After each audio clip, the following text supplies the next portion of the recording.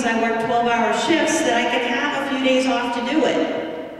If you can't, then you have to work for those who can. Those that are willing to protect and preserve your constitutional rights. Those people together with you can protect our laws, protect our land, make sure that our rights aren't trampled upon, because we know they're being trampled upon every day. And if we don't get things back on track now, we will be lost. That much I do know. Now, I can tell you that I've heard it said at so many events like this one before, what can I do? Well, ask yourself, what are you willing to do? What are you willing to do for your liberty? You're here right now, and that's the start. Do you know the person that's sitting next to you, the person that's sitting behind you? Because if you don't, you need to introduce yourselves. That's your family. Much like those people who came here all those years ago and threw tea into the harbor just down the street. And they risked their very lives doing so. You are their ancestors, maybe not by blood, but by spirit and by conviction. And we are now the ones who are responsible to bear that torch. If we don't, then who will? If not us, then our future becomes bleak. We are the believers. We are the patriots. We are the defenders of our Constitution.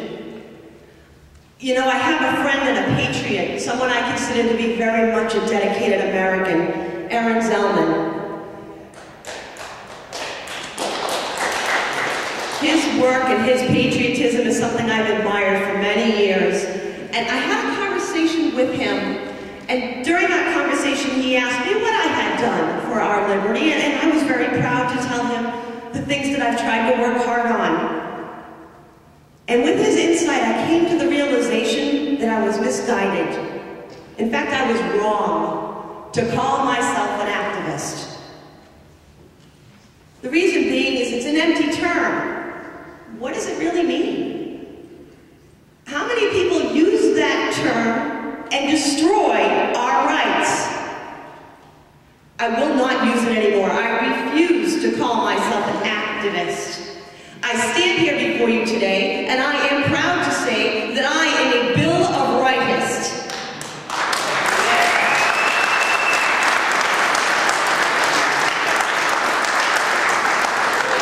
Now you need to make a choice.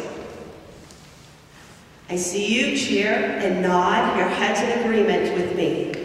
And I hope that when you go home, you won't simply carry on your day-to-day life as usual. That you will choose to fight. That you will join me and be a Bill of Rights. That you will stand up and do your duty. Our duty as Americans is to defend our Constitution from enemies, foreign and domestic. Are you ready to do this? Yeah!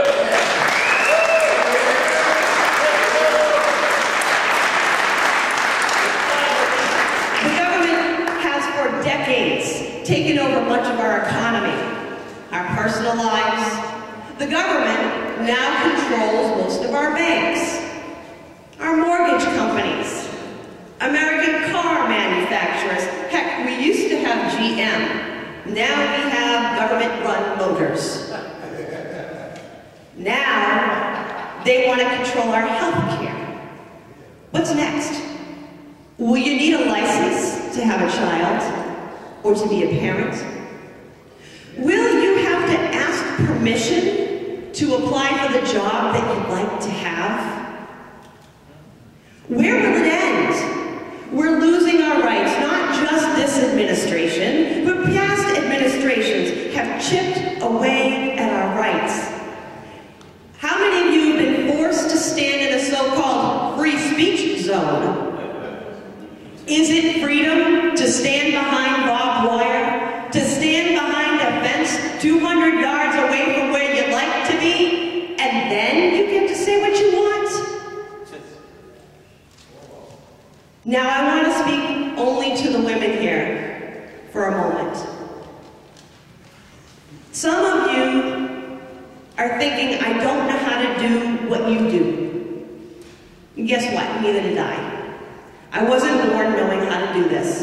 In fact, up until about 5 years ago, I didn't do any of this at all. I lived my day-to-day life. And I refused to see past the blinders that had been taught to me by government-run educational systems. I was conditioned to not see what was happening in our country. But when I woke up, when I finally woke up, thank God, I took off those blinders, and now I absolutely refuse to give up. And I refuse to sit back and just complain about what goes on or yell at the TV. I can offer you the tools to do the same. And I offer you an invitation to join me and the Ladies of Liberty Alliance. We have an affectionate nickname. We call ourselves Lola.